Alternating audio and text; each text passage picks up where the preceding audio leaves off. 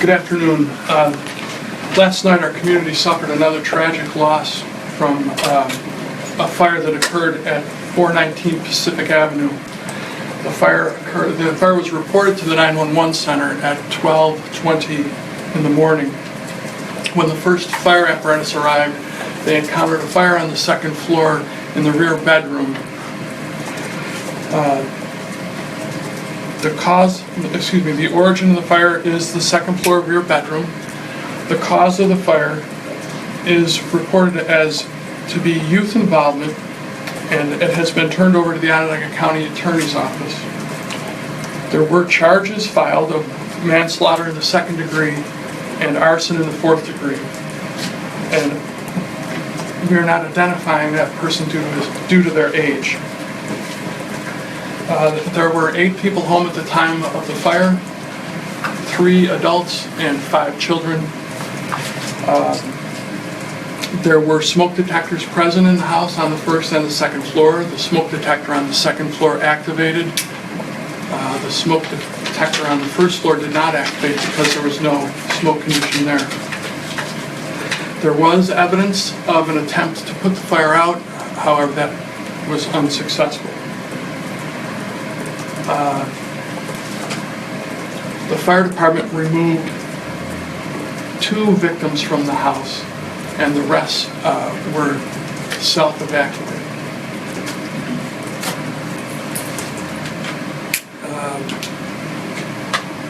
I believe that's all the information that I have to give you at this time. Just to clarify the charges, if it was manslaughter second and arson fourth, is that right? Yes, that's correct. I don't know which of the chiefs or Frank could handle this, but could you kind of maybe, without obviously naming the names here, but kind of walk us through how you get to this manslaughter and arson charge? So I'm going to make a leap, and you guys correct me where you need to, that this unnamed person, who I'm guessing was a youth, since you labeled it as youth involvement, intentionally started this fire. It may or may not with the intent to injure somebody, but intentionally started the fire. Kind of walk us through how we get to these charges, whoever actually feels most comfortable with it. The culpable mental state for this particular charge would be a reckless act. Oh, okay. Okay. So it's not necessarily an intentional. They recklessly took this action of setting the fire, which resulted in injury. I'm not saying as much as you said. I'm just saying to you, to support the charges that we filed, the culpable mental state is reckless. So you can't say his name? The person's name? Can you say the person's age? You have it? Yeah, arson fourth reads, a person can be charged with arson in the fourth degree if they intentionally set a fire that recklessly damages a structure. That's the section of the law under arson. Arson in the fourth degree. And then manslaughter, is that, how do you get to the manslaughter charge? It's the manslaughter is as a result of what he just said, a death is caused. Okay, gotcha. Any explanation, maybe Chief Lenert, to you as to how the 2 individuals died? Usually when we have these kinds of meetings, we hear no smoke detectors or smoke detectors weren't working or something like that. So what happened here? Both of the individuals that are deceased were on the second floor. One was in the room of origin and one was in an adjacent room. And they both succumbed to their injuries.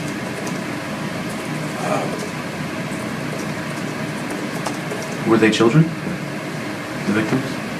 Yes. Can you tell us their ages? We're not identifying them because we have not been able to identify them through scientific means at this point. We're waiting for the ME to verify who the children are. What did the first units how did they describe when they arrived on the scene? Heavy fire or more smoke than? No, they had a significant fire in the second floor. The first floor was clear because the fire was above them. They were able to advance up the stairs, and from the top of the stairs, they encountered fire, they pushed that fire back to the room of origin and then extinguished the room rather quickly, actually. When your first crews arrived on the scene, had everybody gotten out? And from what you were able to gather, did everyone get out? And then there was the realization that there were 2 people still left up in the house? During the initial alarm, there was a report that there were still 3 people in the building, and we rescued 2 people from the building. The third, I believe, was self-evacuated. Just in the confusion, the family hadn't located that third victim.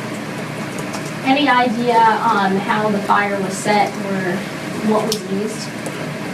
We're referring those questions to the county attorney's office. Some aspects of it is still under investigation, but beyond that, we're, as Chief Lenners said, we're referring those questions to the county attorney's office. Can we get the age of the suspect? You're going to have to get that from the county attorney's office as well. Chief, I feel like we do this too often, but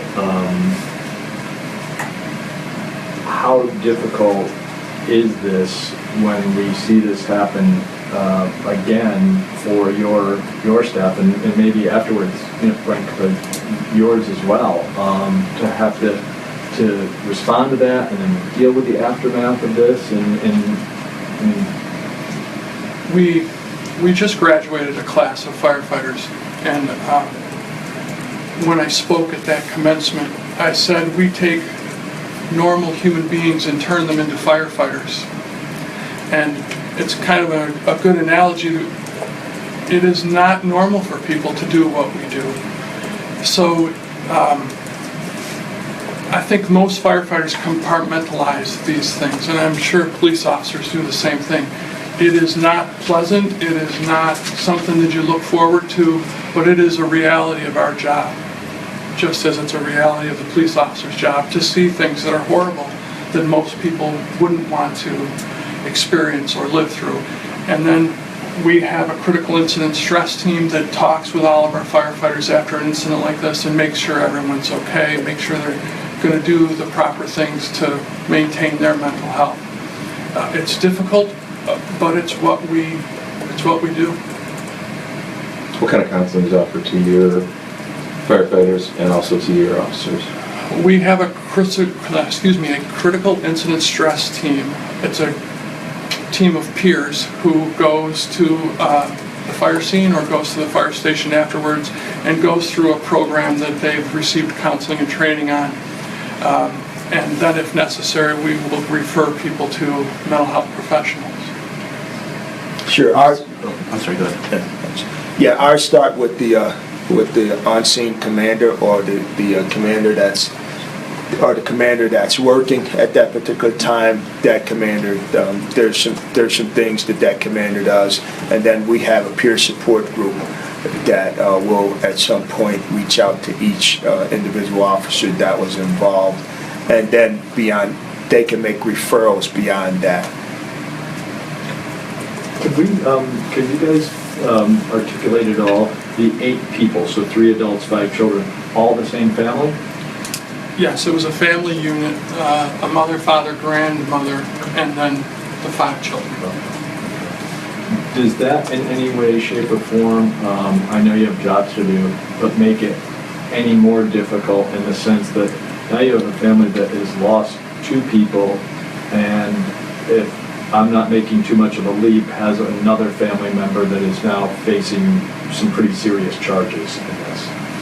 Is it that part, the charges make it any more difficult for this entire situation? For the family, it absolutely has to make it that much more challenging for them. But I'm not here to speak on behalf of the parent, but the family. I don't have their permission or the authority to do so. But just looking at something like this, where we're talking about children that are involved, it's just tragic all around. And you all ask about the police officers and the firefighters, and you're right. And that was awful kind of you all to ask about them, and I truly appreciate it, and I'm sure Chief Lenners does too. But our entire community is going to be affected by this very tough loss. That's why you see Bill Ryan standing next to us on behalf of City Hall, is because this is not just a police-related incident or a fire-related incident. This is an incident that affects our entire community. That's why you see representatives for the entire city of Syracuse standing here before you to talk about this. I have a great deal of empathy for the family, and it makes press conferences difficult because there's a fine line between giving the appropriate information to the community and then what is not appropriate to share with everyone. It's a very difficult and very fine line that we walk here. And trying to respect the family for their tragic loss is one of the difficult parts of this. One of the things, maybe, I don't know, maybe Bill, you could talk about it. Obviously, this family's lost a lot. Are there things, funds, foundations, stuff that this family needs? Where are they staying? What can be done to kind of help them? We have reached out to some of the pastors in the community to ask them to intervene on behalf of the family and get back to us and let us know in any way we can have. Our staffs this morning, I got many emails from people who work in City Hall comments throughout the city, saying, what can we do, asking that very question. So we refer that to the The family's being assisted right now by the Red Cross, as they normally are in these situations where their home is not usable right now. So the Red Cross has relocated them for some period. Was there ever a danger of it spilling over to, there's an adjacent house, I think, on the east side? Was there ever any danger? Did you guys attack it to the point where you got it down? No, the fire was literally contained to the other side of the house. There was no exposure on the side of the house where the fire occurred, so it was a relatively simple fire to put out for the firefighters. From the 12:20 call, would you say a matter of minutes, about 10 minutes roughly, from when they got the call to when this thing was essentially extinguished? I know we arrived within 4 minutes, and just from my experience, I'm sure it took 2 to 3 minutes for them to stretch the hand line, get it up the stairs, and put water on the fire. So under 10 minutes for sure before the whole fire was extinguished. And then we chased hot spots for a little while. How many firefighters responded to the call today? 27. I think you guys had said this, but just to make sure we're good. So is the youth who was charged did live at the home? Is that accurate? That's accurate. Okay. And not to go over this, but just so that I think we're all clear, could you again phrase how we're classifying what this individual did? I think you mentioned youth involvement, but we're not able to say anything more than that as to how this took part. It was a lighter, it was a book of matches, it was and I just want to make sure we use the right way that you guys are referring to it as, and not taking any leaps. There was a youth involved in the ignition of the fire, I think is as far as we're going to go. Okay. Are you all looking at social media as part of the investigation as to the criminal intent potentially in this case? Absolutely not. And this is the third fire this year, Chief, in which a child has been killed? I'm thinking of the Pond Street, the Martin Street, and now this one. Is there anything that you see on your level as a similarity or maybe a lesson at this point? I don't think you can draw a conclusion or parallel lines in fatal fires, except to reiterate basic fire prevention practices. Smoke detectors clearly save lives. Keeping ignition sources away from children so that these types of tragedies can't happen. Candles are a huge source of fire. Anything we can do to prevent the fire from occurring in the first place is obviously our #1 goal. Was there anybody taken to the hospital? Are they still hospitalized, or are conditions available for them? Treated. Everyone was treated and released. Okay, perfect, thank you. Okay. Is that it? Okay, thank you. Thank you, everybody. Good afternoon. There's one other thing that I just want to go over quickly, and I'm sure that maybe you all are aware of it. I know that the .com has an article out already of a Facebook posting where a person made a threat over Facebook to shoot up Henniker High School. And so we're actively investigating that. Right now, we don't have anything specific to offer. But since you all are here, and I would imagine that at some point, you all will either have an interest, if you haven't expressed one already, into this investigation. We are looking to speak with a male involved, a male that is of interest in this case. He's not necessarily a suspect, but we are indeed interested in speaking with him because we think that he may have information that would be valuable to our investigation. And the only thing that I have at this point is the name of the person we're looking to speak to. He's a white male, and his first name is Austin, that is spelled A-U-S-T-I-N, and his last name is Clark, that's spelled C-L-A-R-K. Austin Clark, and he is a white male. We're looking to speak with him regarding this. Did you make the post, Chief, or? I can't say specifically if he made the post or not, and I'm not saying that he did. I'm saying that he has information that may be helpful to us in trying to pinpoint the person that did make the post. Is Austin Clark a student at Henniker? I'm not certain if Austin is a student at Henry. Let me ask you this then. Obviously, a lot of us have heard about this. Are there people up at school right now? I mean, is it kind of orientation? I imagine a lot of the teachers are getting ready right now. Is this something that this person was saying that when school starts this is going to happen, or they were going to go up like this week and do this? Yeah, very good questions, and those are questions we do not have the answer to just yet. We're at the beginning stages of this investigation, and right now we have a team of investigators running down various leads, and it's really too early for me to present an entire story to you all.